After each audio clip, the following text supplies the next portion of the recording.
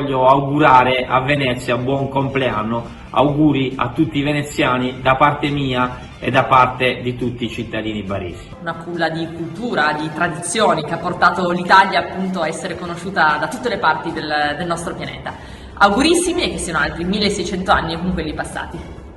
Tanti auguri di buon compleanno, un augurio e un ringraziamento al sindaco Luigi Brugnaro e a tutti i veneziani. Venezia è un tesoro da proteggere e un luogo simbolo di questo paese, su cui è fondamentale concentrare ogni energia a sua tutela. Venezia si presenta così al futuro, con la ricchezza della sua bellezza e delle sue bellezze, con i suoi monumenti e con la sua laguna.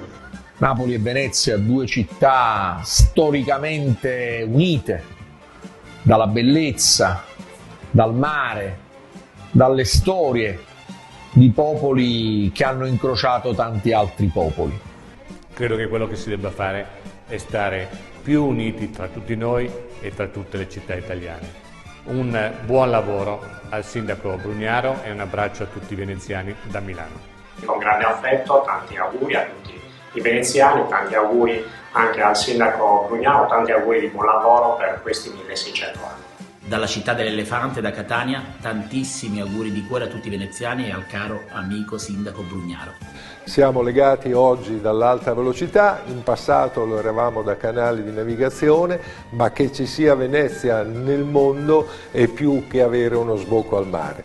Un saluto particolare dalla città di Genova alla città di Venezia per i 1600 anni di storia della città, una città che è l'orgoglio di noi italiani ed è anche l'orgoglio di noi genovesi.